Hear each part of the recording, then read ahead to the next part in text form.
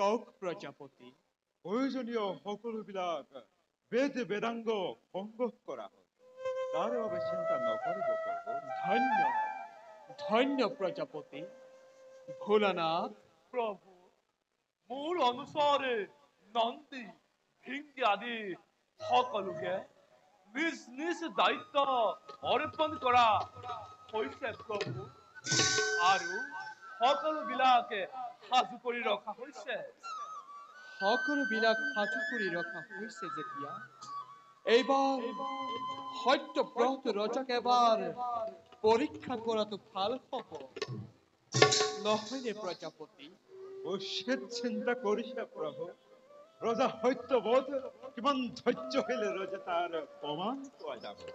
প্ৰভু, এইবিলাক কথা চিন্তা কৰি থাকোতে ক্ষণে পাৰ হৈ গলে সকলো ব্যৰ্থ হ'ব প্ৰভু।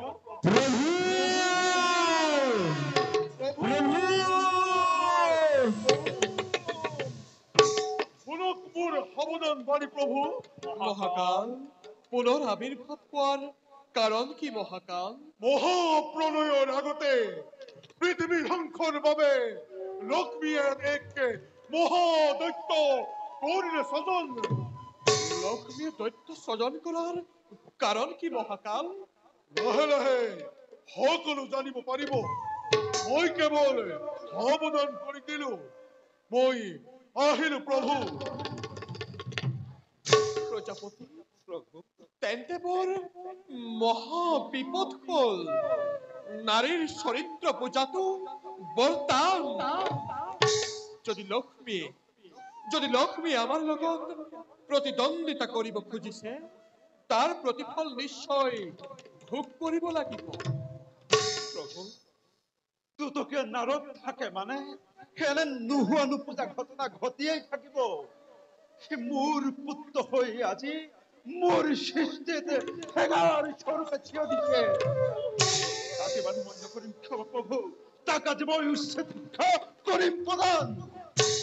প্ৰভু, মহাপ্ৰলয়ৰ আগে মুহূৰ্ততে নানা বিভীষিকাই আগুৰি ধৰিছে। প্ৰভু, তাকে বাধা দিব কাৰো শক্তি নাই নে প্ৰভু? আমাৰো দেখিছো দিনক দিনে শক্তি কমি আহিব ধৰিছে।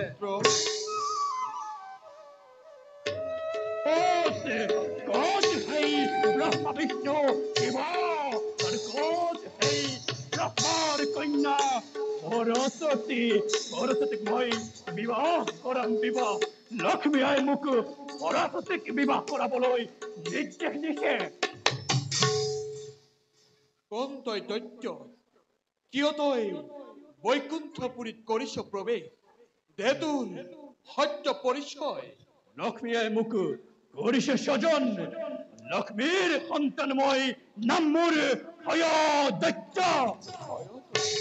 পৃথিৱীৰ ভূভাৰ মোৰ ওপৰতে কৰিছে অৰ্পণ, আৰু লগতে এই ব্ৰহ্মাৰ কন্যা সৰস্বতীক বিবাহ কৰাবলৈ নিৰ্দেশ দিছে।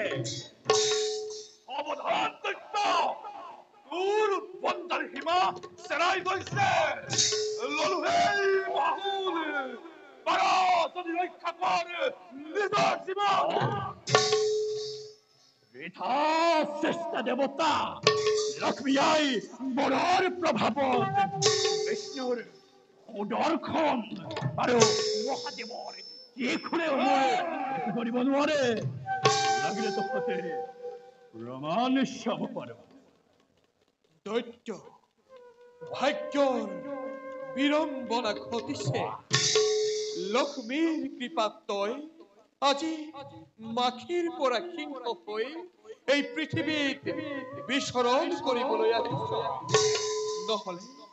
নহলে মোৰ এই সুদৰ্শন চক্ৰই তোৰ মুণ্ড মই কৰিলো ছেদন। নিশ্চিন্তে এই হওক।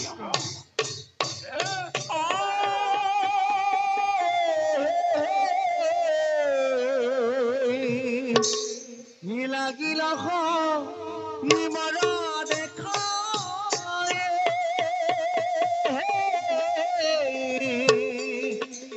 দেব নাৰায়ণ হৰি